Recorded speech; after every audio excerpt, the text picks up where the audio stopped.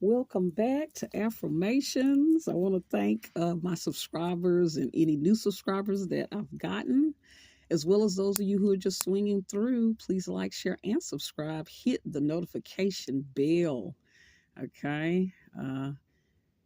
And also to encouraging my subscribers to comment. It does help the algorithm pick up my channel so it can grow. I am trying to reach 1,000. I want to give a shout out to Roosevelt. That's one of my subscribers. He's always so kind. He comments, and again, encouraging my other subscribers to do so. It does help my algorithm grow. Okay. All right.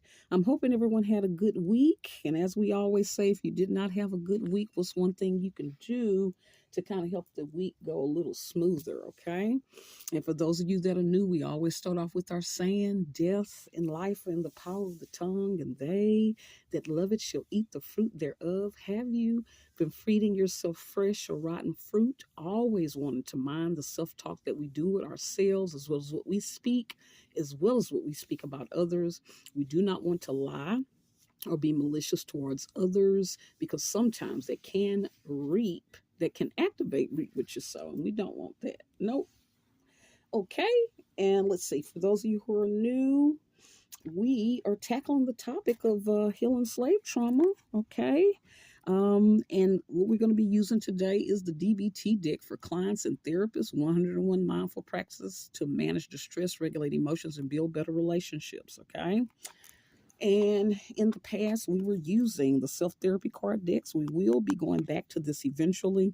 There are a lot of cards we didn't get to, but this is also an excellent deck to kind of do some self therapy. Okay. And always encouraging us to get the book Post Traumatic Slave Syndrome, America's Legacy of Enduring Injury and Healing by Dr. Joy DeGury.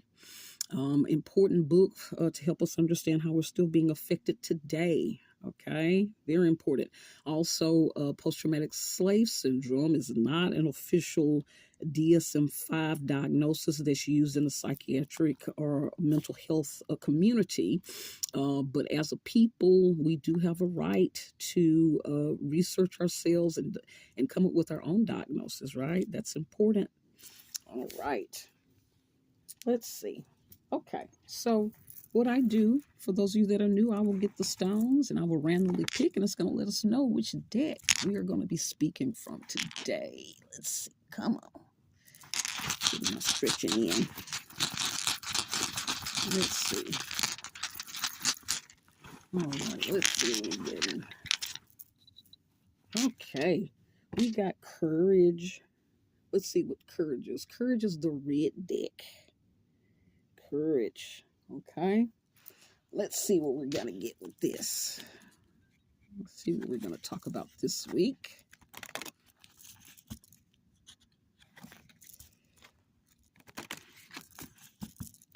Yeah, we've often talked about this. How sometimes it takes courage just to get out of the bed in the morning when there's a lot going on and you don't quite know how things are going to work out.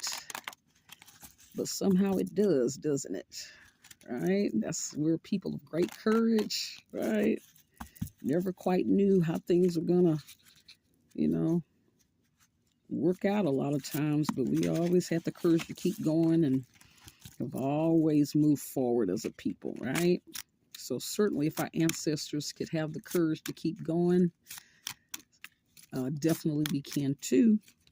In the past I've talked about we did, one of the things we need to be thankful for is we did not get the slave shift. What's the slave shift? It's like working that night shift, the day shift, right? But we didn't get that slave shift, okay? So we get to benefit from what our ancestors endured, okay? So always remember that.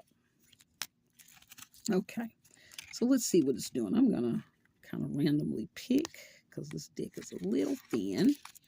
Let's see, what did we get?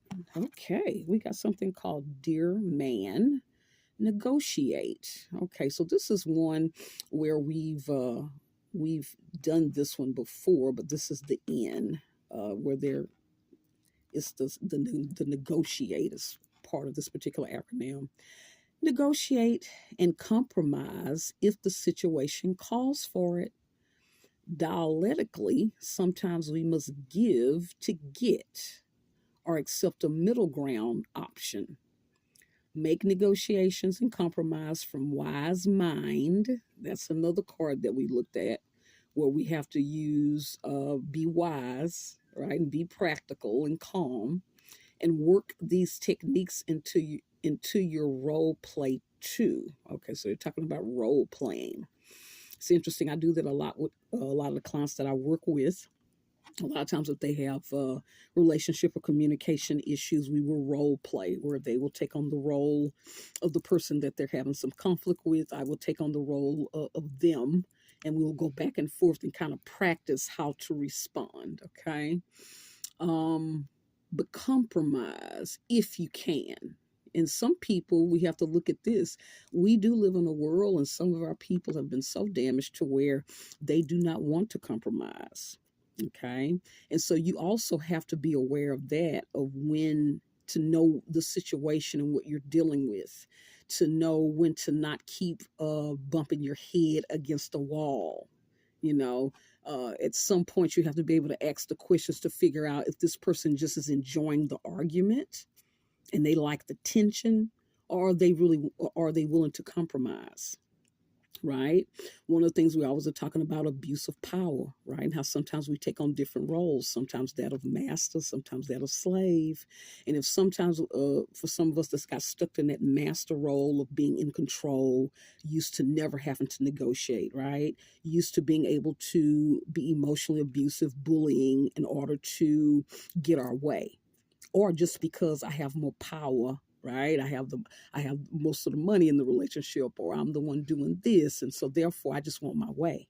Okay, so you know, for those of you who are ones that normally like peace and are trying to negotiate, it's important when to understand when someone is not negotiable, when they are liking the power, when they are liking the back and forth and the anger. Okay. And sometimes I've, worked with my males and females, and we talk about how sometimes behind anger and arguments is sexual tension. So sometimes, let's say if there is something going on where maybe someone is not having sex with someone, they will say, okay, well, I'll opt for that argument because that's a certain energy. I'll tease and I'll provoke. I can get something out of that. So understand, under that is some sexual tension. Again, when we're talking about the role of master, a lot of the antagonizing and the torturing, all that was kind of tied together, right? With power and control, but also sex as well, right? And just being able to create torment. So you have to know what you're looking at. And then those who are used to being in power and feel like they never have to negotiate, yeah, are you willing to give up that power? And we've talked about how a lot of this stuff has been programmed into us, even into our religion and patriarchy and these things, and how a lot of these things were created when the whole world was colonized, certain books taken out of the Bible. And so it's written in a way in order to promote oppression, promote where there's no negotiation, right? But in this, one of the things we're not aware of, again, because a lot of books are missing, are the consequences for that kind of behavior. Okay. And so, and also too, we're all each other's teachers. So you may be around people that don't want to negotiate, but again, as a person that wants peace, are you willing to walk away and not be in an abusive or a stressful environment? If you're realizing this is a person that's about chaos. And again, I love the scripture, the Most High is not the author of chaos. Right? And if you see chaos and no one want to resolve it, I think we have our answer. Okay? So we need to think about these things. Which role are you playing, and how are you participating? And are you surrounded by people that are not about, peace? Okay? And what does that mean? Okay? And how we're not obligated to have to stay around abuse. Okay, so that's one of the things they taught us: stay with the abuse. But that is not, again, anyone interested, look at scriptures regarding slave rights in the Old Testament. They have a lot of rules about them being able to walk away. So we already know if a slave is able to walk away from abuse, certainly even in relationships, people are able to walk away. But those books have been removed, so we have to think about those things. Okay, so let's see what we're going to do. Hmm. Let's see. We're going to look at which affirmation we're going to do today. Let's see. We're going to do love thyself. Let's do the love thyself one. Right? Because we have to love ourselves. Again, that's one of the things they taught us not to do, to not love ourselves, to sacrifice until death. Right? And we already know that one cannot take care of others if they don't have the self-care. Right? And so they've taught us to put up with abuse and think that that is expected and allowed when it's not. That's an abuse of power. And we have to make sure that we're not participating in that, nor wanting to be the one implementing that on others. Okay, so we're going to have to be thinking about these things, you know, the different roles that we play. Yeah. Okay. Let's see. All right, let's see what we're going to get.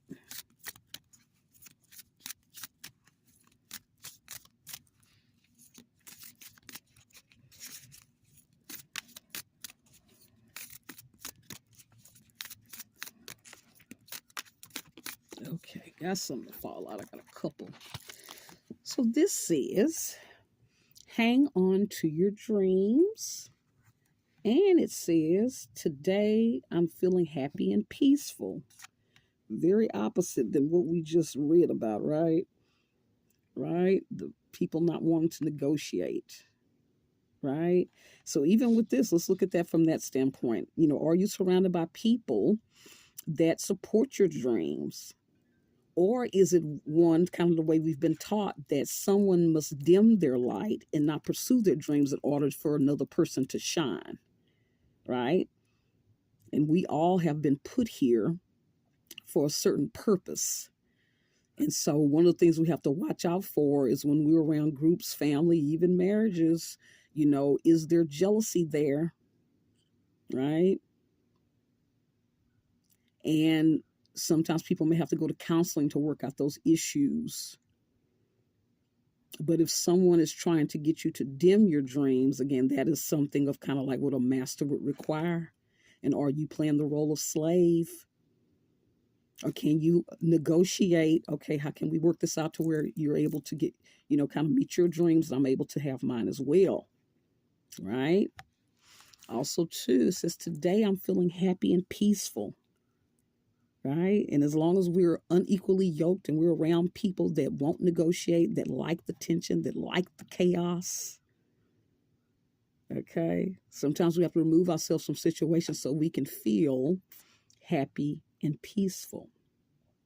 Okay, and that's something normally that's never discussed. Be ye not unequally yoked. Okay, so I'm going to leave you with that. Okay, and I want to thank you all for returning. And again, those for my new subscribers, thank you so much for subscribing. Thank you to my existing subscribers, as well as those of you who are swinging through. Like, share, and subscribe. Do comment, leave me a heart or something so it can help the algorithm pick up my YouTube channel and help it to grow. I'm trying to get to 1,000. Also, too, there's information in the description box about if someone wants to get the yearly mental health checkup. I do recommend that. We do all kind of checkups, right? We need to check in with ourselves emotionally, okay? And also, you can send me email about private counseling as well. Everyone will not be eligible for that, so certain stipulations that will allow that, okay?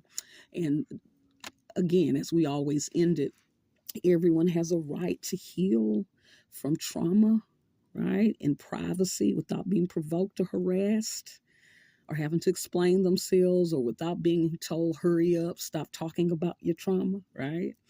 That is every human's right. But also, too, it's also the right of a race nation, okay? And until next time, you all have a great week. Bye.